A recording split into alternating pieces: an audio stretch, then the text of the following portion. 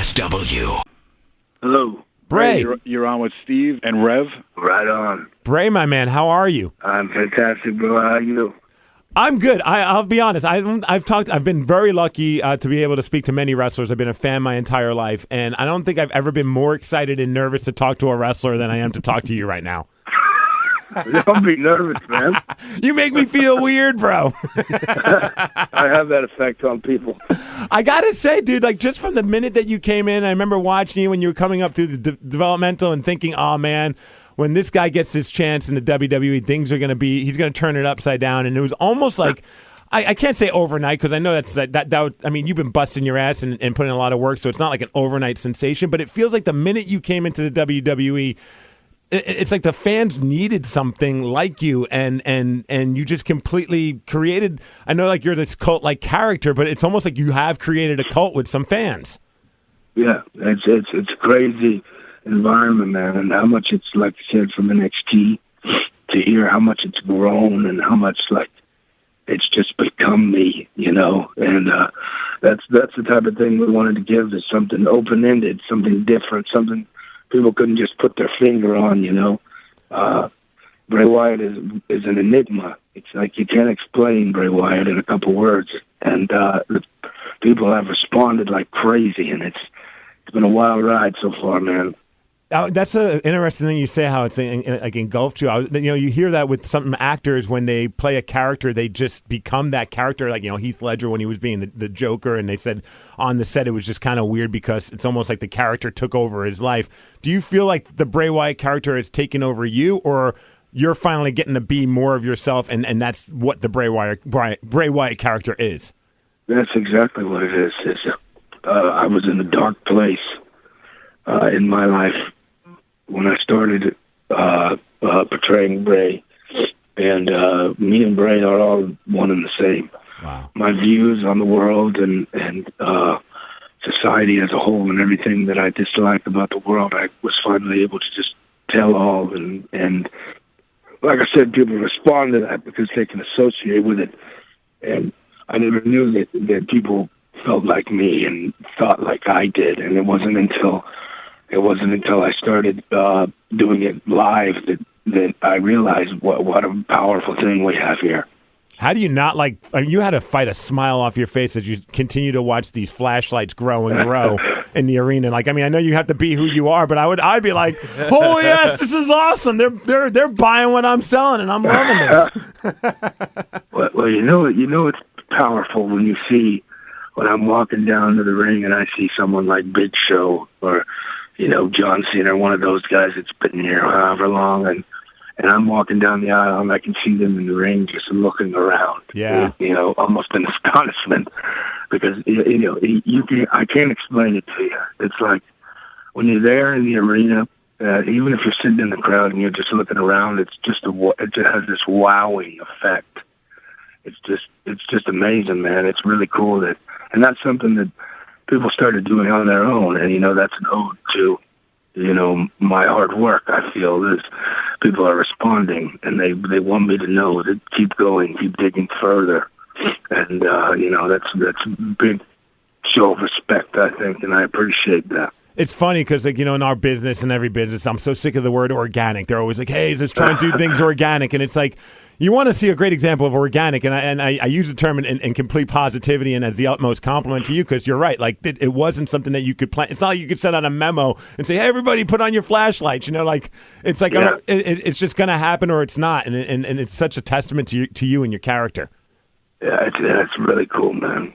And they even started calling themselves the Fireflies. Yeah, that's awesome. That's not something I said, hey, let's now that they're lighting, putting flashlights up all over the arena every time I come out, how about I start calling them the name, So it's kind of cool. It's like my own little army I have, and every town I go to, this cool effect that Bray Wyatt brings, and that's what Bray Wyatt is so special and is known for now, It's very cool. I love so much how you, you even said yourself how enigmatic that Bray Wyatt is. It brings back, it invokes emotions and characters such as like Goldust and stuff. You don't know what you're about. And it also brought it back to the fact that how much I idolize the Undertaker. Yeah. And it really seems that you are idolizing him as well. but in a really different and like uber creepy way, man. I love it so much. Yeah. Yeah, that's something too that I'd like to be clear is that there will never be another Undertaker. There is only one Undertaker. I'm not trying to be the next Undertaker. I know a lot of people have tried to put me in that category, but that's not my place. And my place is to be the first Bray Wyatt, you know?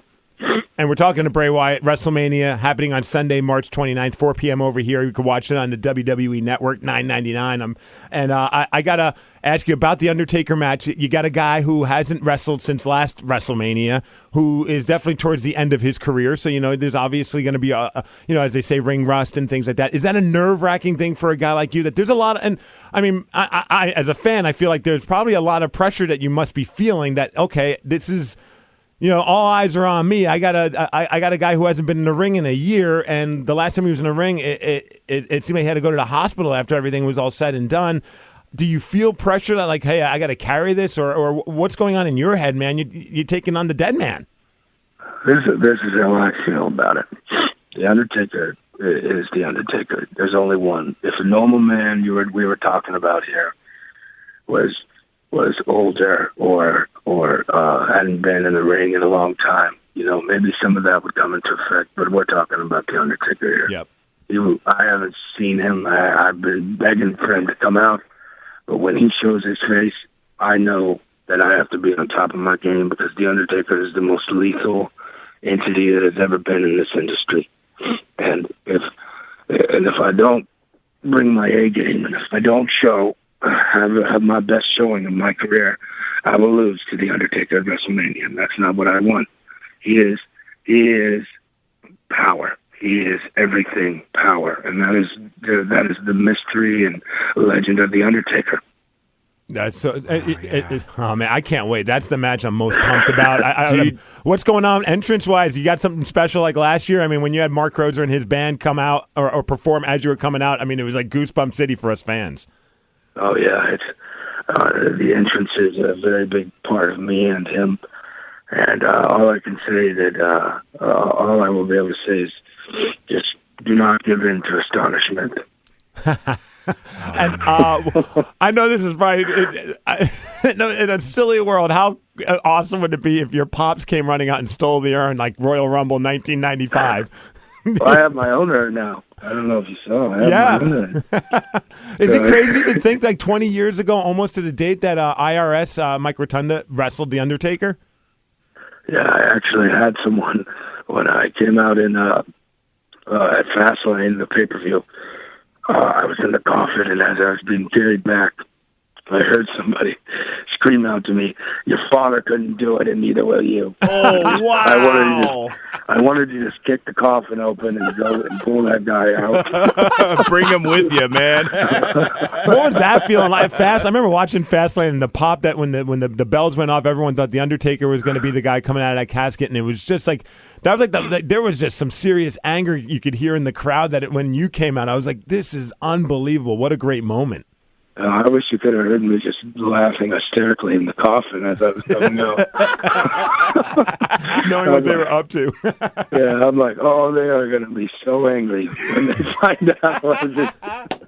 So I know we got to let you go, Bray, and it's been an honor getting to talk to you. One last quick question. What besides your match, what match are you most excited to check out at WrestleMania? Oh, well, no doubt the ladder match is going to be insane. Mm-hmm.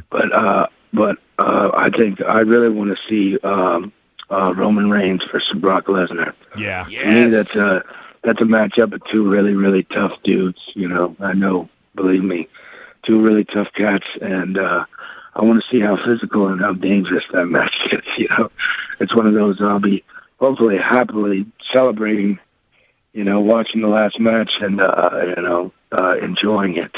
Absolutely. Bray, looking forward to it. Like I said, WrestleMania 29 happening on WrestleMania on March 29th, 31. Getting everything all mixed up, man. 4 p.m. on the WWE Network. It's been a pleasure getting to talk to you, man, and good luck next Sunday. Yeah, anytime, man. Thank you very much. See ya. Thank you very much. STP-CAST.